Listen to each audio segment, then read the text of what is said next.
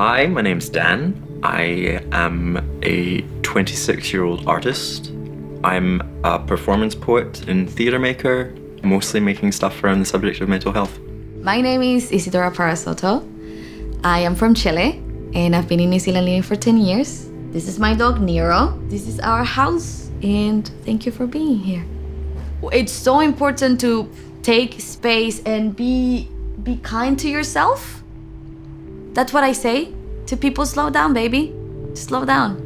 And take one step, 2 steps, 3 steps back, and just allow yourself to, wait and doing the exercise of removing the feelings and being a bit more factual. Okay, what did actually happen? It's like start going through the emotions. This happened, this happened, this happened. That is a fact.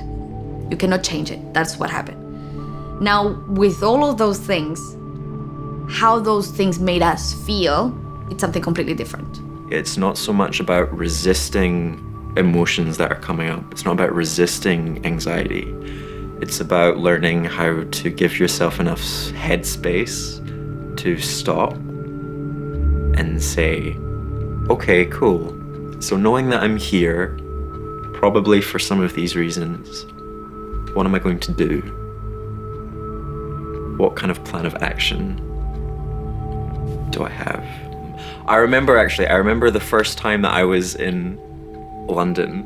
I was studying theatre at RADA in the UK, and I thought, oh, it's working so well. I'm hearing all of these voices, my imagination is going wild, the world is changing in front of me. And then a few months later I had a schizophrenia diagnosis.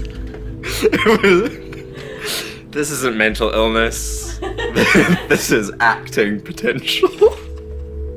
Someone would make a comment or someone would start up a conversation. What would happen for me is this kind of series of flashbacks, I suppose you'd call them, kind of like going through a projector. And then it kind of feels like it's happening to you now, especially with things like voices and visual hallucinations happening at the same time. So I would feel like hands on me, and I would have these kind of voices happening to me.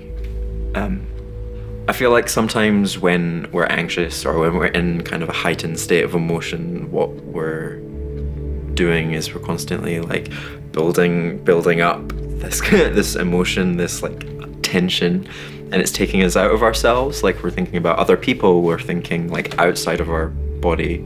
So for me, a big part of coming back from that is, okay, if we start here, let's just breathe again. You can kind of push it outwards and you're like, okay, let's move our neck a little bit, and let's move our shoulders, and then our arms, and it's kind of this slow process of reclaiming your body.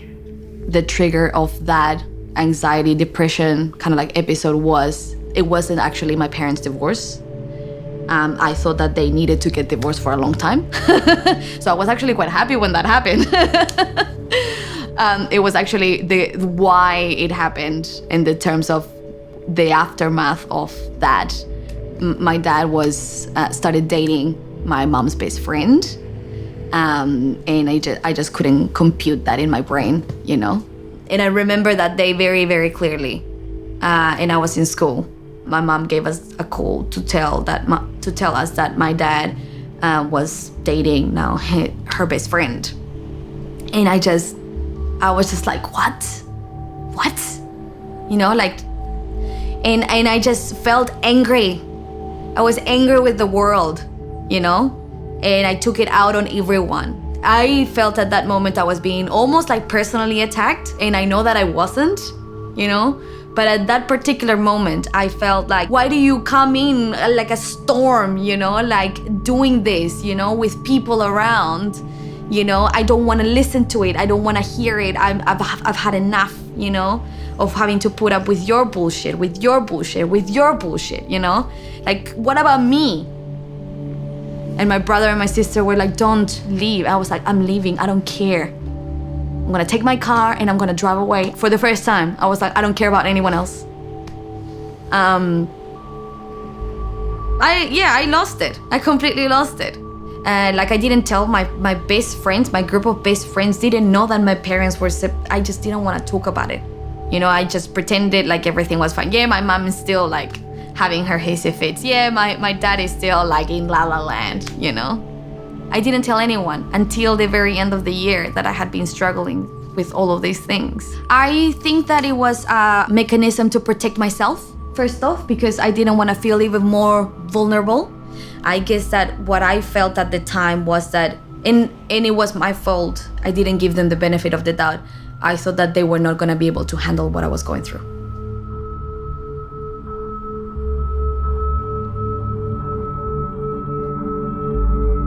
My diagnosis became a really big push, you know, because when I was first diagnosed, there was no information about it. Doctors didn't really know that much.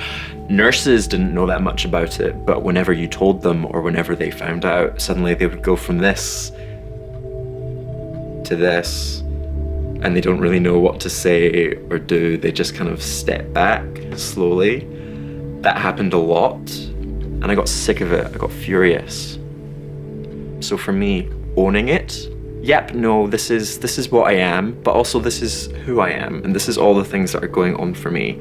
So you're gonna see this word, and then you're gonna see me making a show about it, and you're gonna see me getting a master's degree from it. You're gonna see me doing everything that I want to do still. Language, you know, we become really protective and we take a lot of ownership in these things. And even now, you know, current battle going through, I've just been told, being told schizophrenia is a misdiagnosis. Kind of feels like losing the last 3 years of my life, you know? And I've really kind of had to buckle down on that idea of actually the experiences haven't changed. Just the language needs to do a bit of shifting, and that's fine. Talking with doctors, you know, some of them are really interested in giving a new diagnosis. Me, not so much anymore. I don't have as much of a clutching hold on a diagnosis as I used to. So there's zero shame. The important thing is taking the time. What are the things that you're going through? What are the experiences? What are the situations? And what are the feelings, you know? And once you've got a whole sense of that, sit down somewhere. And then once you're like this, it's just kind of like, okay, feet on the ground, back against somewhere, as comfortable, stationary position that you're not gonna fall over, you're not gonna, yeah. So I close my eyes, and it's literally like you have this moment of where it's just you inside your body, with your body, and you're kind of like, okay, I need to get my breathing back. It's almost like a pep talk, talking yourself into just in and out, and in and out. And you can kind of build that up slowly. And then once you get that back to a certain point, you can be like, okay, let's open our eyes and let's try and move.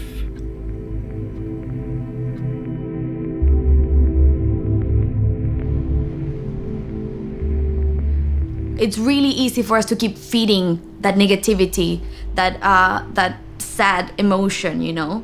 But just like taking that little bit of a step of being like, okay, let's slow down. Let's put things into perspective. It's so important, you know, to do. Acknowledge you are allowed to feel like this. Don't say like, oh, I'm being stupid for feeling like this. No, there's a reason why you're feeling like that, but also go back to the fact. You know, just being kind to yourself and be like, okay, yes, I am feeling like shit today and I fucking don't want to get out of bed. I don't want to see anyone. The sun is beautiful outside. I would love to be in the waterfront right now, you know, like, and I just can't bring myself to, it's fine. It's fine. You know, allow yourself to feel that. If we could turn sadness on and off, why would anyone ever choose to have it on? You know, if we could control our emotions like that, happy, great. It's just not possible. We don't have access to our emotions in that way. The question I think to ask ourselves is, what do I have access to in this situation? You always have access to your body. You know, you should always have access to your body. Human right to feel comfortable. Your breathing, the way that you're standing or sitting, or the clothes that you're wearing, you have control over that. What you say to people, speaking is an action, speaking is something that we are in control of, is so important, is so vital. There's so much power in that. Using language that feels right for you and empowers you, you know, that pushes you in the direction you want to go in.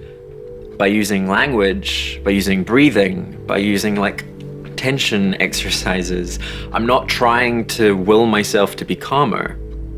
But calm is a nice kind of like side effect of it. That fear is okay. That impulse is perfectly normal, perfectly natural. Happens to literally everyone. You know, some people experience it a little bit more strongly, maybe, than others, but is a perfectly human reaction. So be kind to yourself when it happens. When you firstly start being kind to yourself, you start seeing that people around you are so kind as well. And even though, and I've been at fault at that, you might think like they're not gonna understand. Maybe they won't, but they'll be there for you, you know? And that's better than being alone. On the last day of school, we had a kind of like a class meeting and stuff like that. And our head teacher had prepared like little stickers, you know, and you would take one out and it would be a question or something, you know, and you could share what you wanted to share. The question that I got, or the statement that I got, was, if you want to say sorry to someone or apologize for something, this is the correct moment, sort of thing. So I said, I want to apologize to everyone in here. I haven't been myself this year, and I'm not trying to justify myself or anything. And I told them all, you know, I was like, guys, I was diagnosed with depression since August. I've been on medication since then. My schooling year, like my marks and stuff like that, got on hold, because otherwise I was gonna fail the year, and all my effort that I've done throughout the years and stuff like that was gonna go to waste. So the school made an exception because I was depressed, and they closed my year.